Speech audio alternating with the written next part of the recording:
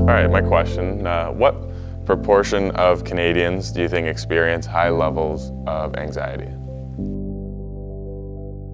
I'd say probably like 1 in 3 or 1 in 4 Canadians maybe. Yeah, I'd probably agree with that. Yeah, I think 1 in 4 sounds about right.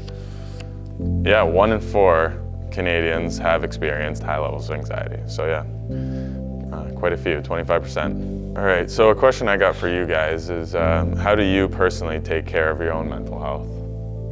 Well, I think, you know, it's important, you know, to talk to people that you trust, you know, of course, family members and, you know, people that will be there for you every day, who love you, who support you. Obviously, it's something that can be difficult to talk about, but I think that, you know, letting out your emotions and being able to trust somebody with things that you're dealing with, I think it's a good way to let out and to express the way you feel, because I think it'll be a lot of weight lifted off your shoulders. A lot of times I struggle with allowing myself to like be vulnerable to people and really like explain how I'm feeling. So I think you try to like find a circle of people that you trust and you feel comfortable around, like my parents or my girlfriend, my brother and stuff, that like I can open up and really tell them how I'm feeling and really get things off my chest. I think like a lot of times even just saying it to somebody like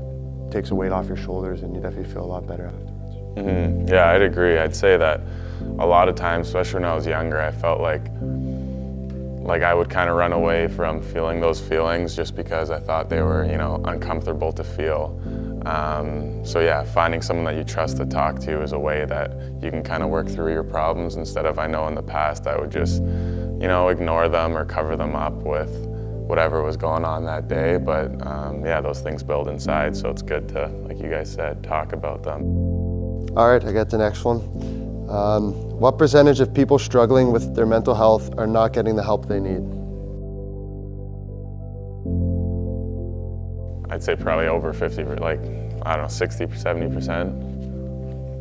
You know, if I would to guess, I would say it's a higher percentage. So 56% of people struggling in this country are not getting the help that they need. I feel like that sounds pretty reasonable. I think a lot of times people struggle to speak about mental health and really speak about their feelings. You know, being vulnerable can be uncomfortable, but it can definitely go a long way. I feel like when I was younger, I would, you know, look up to older people, older athletes, whatever it may be, and think like they have it all figured out. But I guess the older I get, the more I realize like no one's got it all figured out. We're always gonna, you know, try and keep learning and growing through whatever life may throw at us. So just know that it's okay not to be perfect, really. I think that's a really good point, and something that I definitely try to tell myself now. And tomorrow's a new day. Like whatever happened today, like however bad you think it is or however terrible, you'll forget about it. Life goes on, right? Like there's no point in holding yourself up and beating yourself down over little things when life just keeps going, right? How many people attempt suicide every day? A couple hundred maybe, a couple thousand maybe. 200 people attempt suicide every day, so it's quite a lot. I think we're all here to, you know, that it's okay to come out and talk about your feelings and, you know, what you're going through. You know, even as professional athletes like we are, you know, we go through these things too, and it's something that, you know, we all have to be aware of, and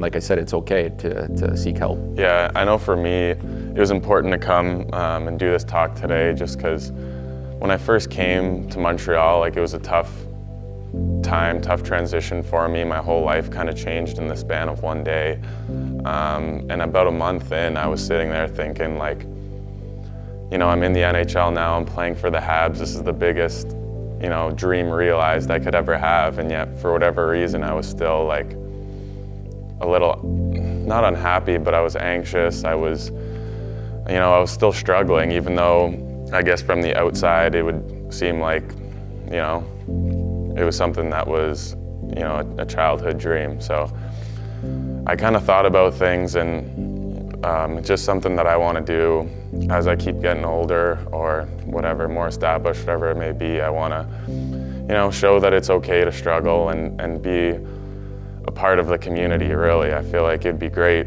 if us three sitting here talking could inspire others. That'd be amazing if we could do that. If we could just make, you know, one person's life a little bit better, that'd be great. That's just something that would mean a lot to me and would mean a lot to all of us three, I know that. So for me,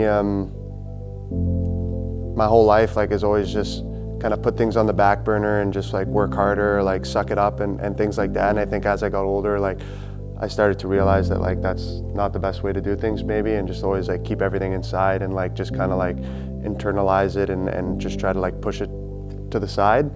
So I think for me, like I'm pushing myself to be like more open and like vocal about my mental health and like what's going on in my life. So maybe if I can have a voice too, like you guys were saying, like, and speak up about how I'm feeling, maybe it'll inspire somebody else to do the same. Perfect.